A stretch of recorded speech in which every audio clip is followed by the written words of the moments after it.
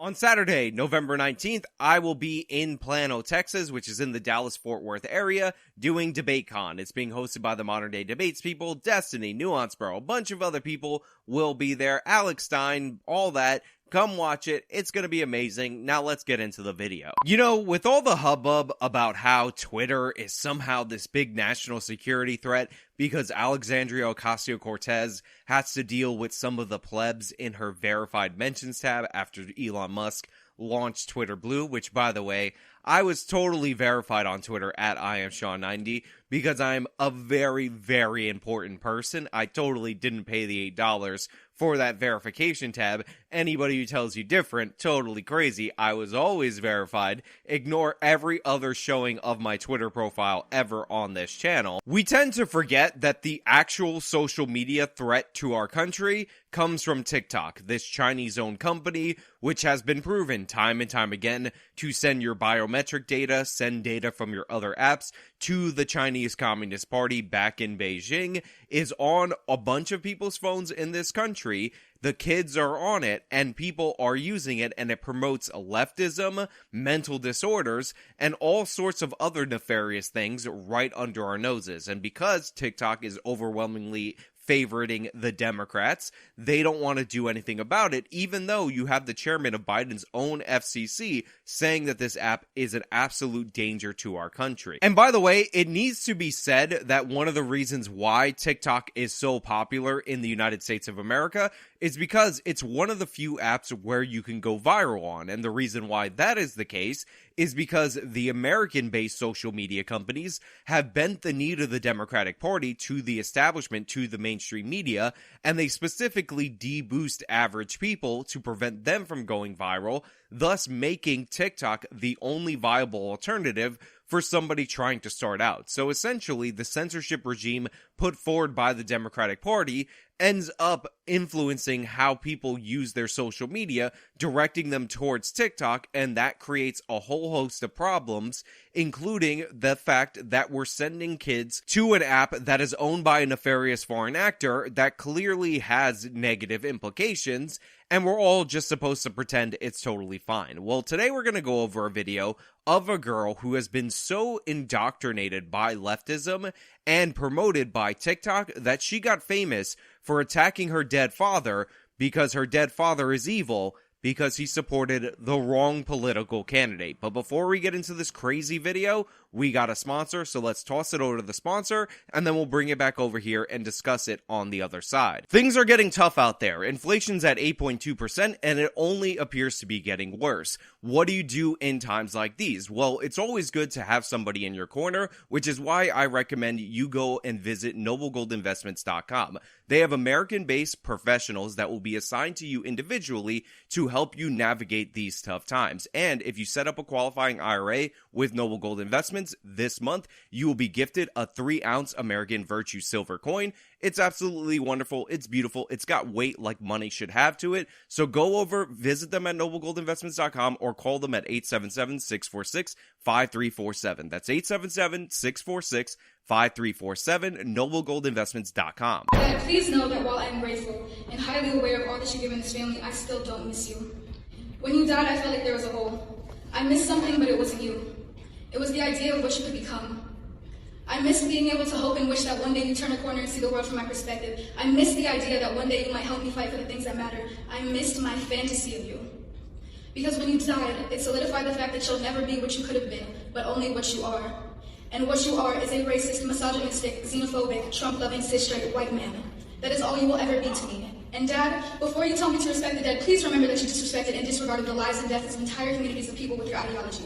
You told me to never back down, so I won't. You know for a fact that even against you, I'm not afraid to share my peace. You are everything I aspire not to be, and I refuse to stand up here and sing the praises of a man who was the paradigm of white supremacy. So I'll take your racist mindset, I'll take your money, and I'll take your advice. And I swear to God I will make this world a better place. Not at all because of you, but in exact opposition to you. Thank you. So that was a daughter speaking at her own father's funeral, attacking him for being an evil white supremacist, saying that she didn't miss him because he committed the crime of supporting Donald Trump and being a cis white male. Again, Her words, not mine. Now, you might be confused because you're not watching the video, you're listening over on Spotify and on Apple's podcasting platform, but essentially this person is half black and half white, and like many people who are half black and half white in this country, they tend to lean in heavily towards their black identity because they hate a part of themselves, so they try to attack it and essentially be super pro-black as compensation for the fact that they are in conflict with themselves. Now, while this girl is in fact terrible, she is a horrible person, what she did at her father's funeral is in fact disgusting. The story is also tragic because I come from a background where I'm half Irish and half Puerto Rican, and I have none of the hangups that this girl has, but I can imagine if I were in her position and I hated myself so much that I had to spin out my hatred and project it onto other people in order to go after them to compensate for the insecurities that I had. And that hatred of oneself, that insecurity being so strong that you end up attacking your father, who by all accounts, from everything that I can read into from this story, actually was taking care of her, was sending her money, was trying to support her in the best way that he could, but she couldn't get over that because she's been indoctrinated by everything in our society to hate the white part of herself, so she projects that on him, and she can't let it go even after he dies. But honestly, it's not even the worst thing. She's gone on in other videos to show just how horrible a person she actually is. Now, I'm pretty sure the music in this next clip is copyrighted, so I'll explain to you what's going on as it's playing so you can understand it. So what comes up on screen is her on TikTok with a little bit of text, and there's music in the background, and it says, "When my dad wants me to spend time with him," and then it cuts to her saying, "Insert cash or payment type." Essentially, what she's making the case for is that she was somebody who extorted her father, who wanted a relationship with her, for money in order to have that relationship. So this person hates her dad, thinks he's a white supremacist, thinks he's an evil bad guy, but will take money from him in order to show him affection because he wants to connect with her, even though supposedly he's an evil white supremacist who wants her to die because he supports Trump and evil white supremacy, whatever. So this girl is a leech. She sees her relationship with her father as a sugar daddy, sugar baby relationship rather than a father-daughter relationship, and this is all due to the fact that she has such pent-up hatred for herself because she's half white that she projects that onto him. It's absolutely disgusting, and again, it's tragic because this relationship will never be repaired because she allowed ideology to consume her so much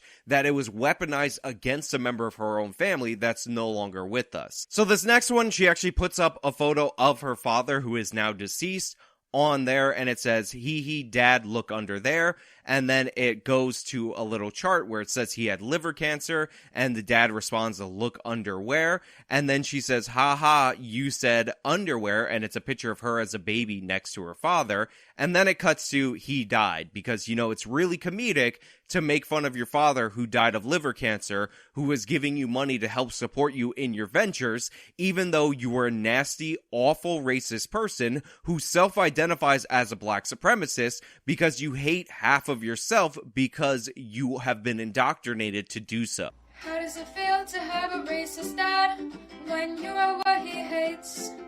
He fights to keep the poor man poor and make America great. He can't see that his kids are dying. We're the ones he wants locked up. And he can't fight for his kids that aren't white if he just wants to stay stuck. So again, you have no talent ukulele playing, and she's like, oh, how do you deal with a racist dad when he's the thing that you hate? But one of the things that I noticed about this that I found absolutely hilarious is the way that it ends. When she's walking toward the phone to turn it off, you can't help but notice the fact that she's smiling because this is all a game, this is all a joke, she's being ridiculous, she's playing victim because our society has told her that the way you can get fame on TikTok and throughout the rest of our society is by perpetually playing the victim. And she's going so hard that she hates her own father. I knew that a time would come where I couldn't tell him thank you. And now the time has come where I can't tell him thank you anymore. And while he has done a lot of negative he's done a lot of positive for me too that I'm very thankful for. And I just really want to remember to tell the people in my life that I appreciate them and I'm thankful for them. Even the people that I have beef with, even the people that I'm not so close to, I want them to know that I'm thankful for the role that they played in my life and making me the person that I am. Then, of course, there's a cut to her being all tearful about how, oh, I definitely do miss him and all that. Oh, it's so sad. I mean, remember when I was saying that if he wanted to spend time with me, then he had to pay me to spend time with me? And I called him a racist at his funeral, and I talked about how I would take his money because I'm very money-centered. She probably blew all that money because, you know, she's at a crappy university studying grievance politics and not going to do anything. And maybe that's why she's actually crying. And she's like, listen, everybody who had beef with me, I love you because you're no longer with us and blah, blah, blah. Nobody cares. You're a terrible person. You're trying to get famous off of attacking your father because he's the wrong race, because you're uncomfortable about who you are, and you've been indoctrinated to such a point that you see politics as your religion, so what you're doing is attacking your father in a religious zealot-like fervor. This is exactly what you see with cult members that turn on their own family, fully on display, ready to go viral on TikTok, because again, the overlords at the Chinese Communist Party can't get enough of this racially divisive nonsense. The Black experience is literally an experience like no other, which is exactly why I'm at an HBCU and pretty much only want to have Black friends and partners. It is just literally impossible to explain the Black experience. Like, you can have a Black husband, you can have a Black child, you will literally never understand the Black experience. So unsurprisingly, this girl uses they, them pronouns according to her bio, and she's like, wow, the Black experience is so amazing. It's like literally no experience at all. You couldn't even possibly understand it. This is why I'm at an HBCU, because I'm trying to really lean into my Black half, and I don't know if you know this, but I hate my white father. Please send me money. I'm trying to grift off the fact that I have a white father that wanted to spend time with me. What an evil racist. He voted the wrong way. How dare he? Wow. Saying that I could be racist the same way a white person could be racist completely invalidates the racism experienced. When white people experience what they call racism... She looks like she has blood on her hands. I'm just gonna point that out, that her hand is unusually red, and to her point about saying that she could be racist in the same way that a white person can, I do agree, that's just not the case. You see, when she's racist, she goes viral and she gets praised for it. When a white person is racist, there's a level of accountability and expectation, and they're usually sanctioned by society for it. Even a white person arguing with a black person, not being racist at all, can become a viral sensation. This person can go on and on about how they're a black supremacist, how they hate white people, how their hatred for white people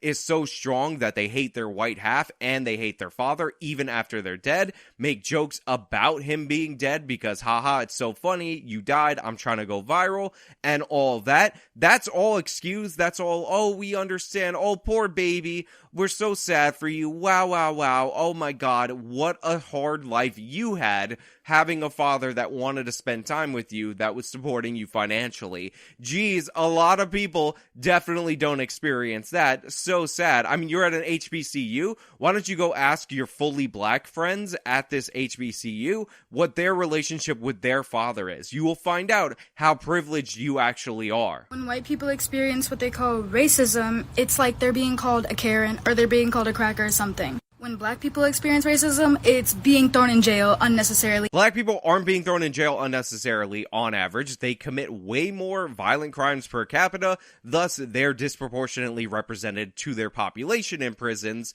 but in reality, they're not disproportionately represented in terms of their level of crime. It's being shot in the streets for literally doing nothing. While it is true that black people get shot in the streets for doing nothing a lot, this is due to the fact that other black people in those neighborhoods are firing off shots in gang-related shootings, and those stray bullets can end up hitting somebody. It has nothing to do with white people, nothing to do with racism, and nothing to do with the police. It's having your neighborhood gentrified. It's having your district redlined. So I just want to talk about what she just did right there. She just said gentrification is racist. This is white people moving into a certain area, typically improving that area, and that changing the ethnic makeup of that area. Then she called redlining racist, because redlining was when they drew lines around for financial purposes in order to deny people loans. By the way, this program ended in the 60s, that kept black people in their own neighborhoods. So if black people live in their own neighborhoods, that's redlining, that's racist. If white people move into those neighborhoods, because that's gentrification, that's racist. There is quite literally no way for a white person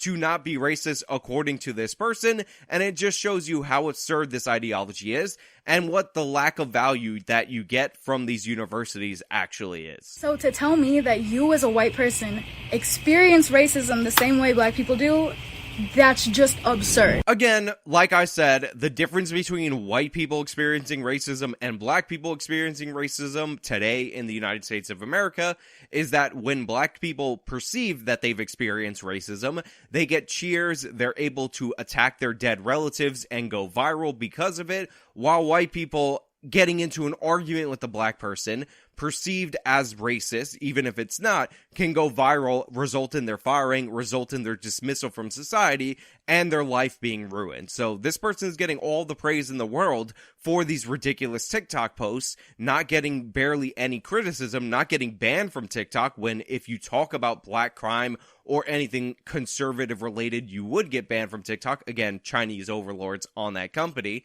And she's going viral because of it. So she's getting all the praise, all the promotion, all the cheers, and everybody's like, wow, you're so amazing the way that you attacked your father for wanting to be in your life because he voted the wrong way, and you would rather hate somebody for voting the wrong way than have a relationship with your father because you hate yourself that much. Honestly, this video is horrible. It's horrible from beginning to end. Every single clip is terrible. The little tears about how, oh, I miss him after I've made fun of the fact that he's dead, or after I try to make it all about me at his funeral, etc., etc. Just not something that I want to see. I hope that this girl becomes normal at some point in the future. I hope she looks back on this and regrets what she did. I hope she realizes what a terrible person she is right now. However, I'm not optimistic. She is in an HBCU. She's probably studying some form of grievance politics, like I talked about, so she's going to get a degree in being a professional victim and likely never gain throughout her entire years of life any amount of awareness or anything like that about how terrible and empty of a person she actually is. And honestly, maybe that's the appropriate punishment for somebody like this. But let me know what you guys think down in the comments below. If you like the video, show me by leaving a like, subscribe for more content, follow me on all my social media, support me via the support links in the description box of this video. This has been me talking about an absolute racist attacking her dead father because he's white. Till next time.